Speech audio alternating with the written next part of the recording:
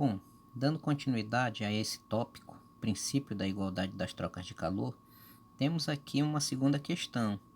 Nesta segunda questão, determinaremos agora o valor de uma massa de água. O problema diz o seguinte: uma quantidade M de água a 70 graus Celsius é misturada a 1 kg de água a 10 graus Celsius. O resultado final em equilíbrio está a 30 graus Celsius. A quantidade M em quilogramas vale... Bom, o problema pede para que a gente determine o valor da massa de água. Então, primeiramente, devemos catalogar os dados que o problema está fornecendo para em seguida obter o que ele pede. Bom, então vamos fazer o seguinte: vamos montar uma coluna com os dados da água quente e uma segunda coluna com os dados da água fria. Sobre a água quente, verificamos que é pedido para obter o valor de M, ou seja, a massa de água quente. Essa água quente, segundo o problema, ela se encontra numa temperatura inicial que é igual a 70 graus Celsius. Já a água fria tem massa igual a 1 kg e a temperatura inicial 10 graus Celsius. De acordo com o problema, o equilíbrio térmico vai acontecer a 30 graus Celsius. O que significa isso? Que nós tivemos aí uma mistura entre água quente e água fria. Como na natureza, quem tem maior temperatura doa calor para quem tem menor temperatura, então é exatamente isso que vai acontecer. A água quente vai doar calor para a água fria. Só que essa transferência de calor, ela tem um momento para acabar, que é exatamente quando ambas atingem a mesma temperatura. E o resultado disso todo mundo já sabe que é água morna. Então, aqui, quando elas estão misturadas, ao final do processo, a temperatura final da água quente se torna igual à temperatura final da água fria. Bom, para a gente obter o que o problema pede, a gente tem que verificar quem é que está cedendo calor para quem. Então, como nós já sabemos, o quente doa calor para o frio. Bom, aí então, para obter o que o problema pede, já que eu tenho uma mistura entre corpos, né, ou seja, um aglomerado de corpos, então eu vou me valer do princípio da igualdade das trocas de calor. Tá? Então esse princípio diz o seguinte, que a soma de todos os calores cedidos e recebidos é igual a zero. Então, a quantidade de calor doada pela água quente, somada à quantidade de calor absorvida pela água fria, tudo isso daqui é igual a quanto? A zero. Então, é daqui que nós vamos partir.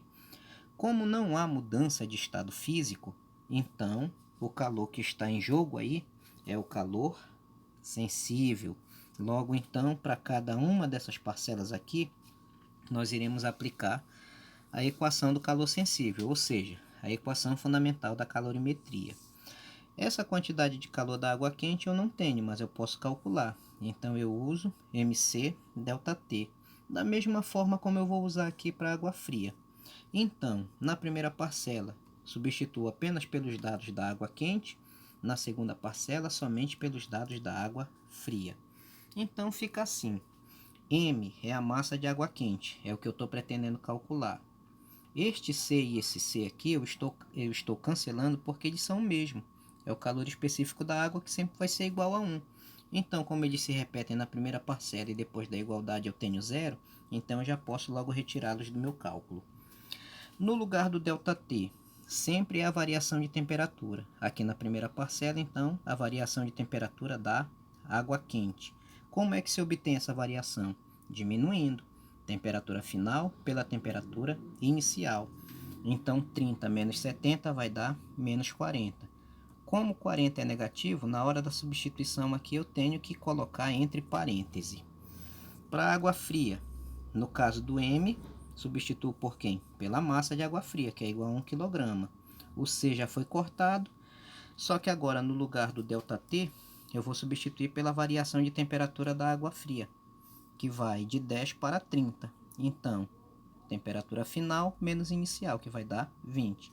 Então, aqui no lugar do ΔT, substituo por quem? Por 20. Aí, então, agora me resta fazer as contas.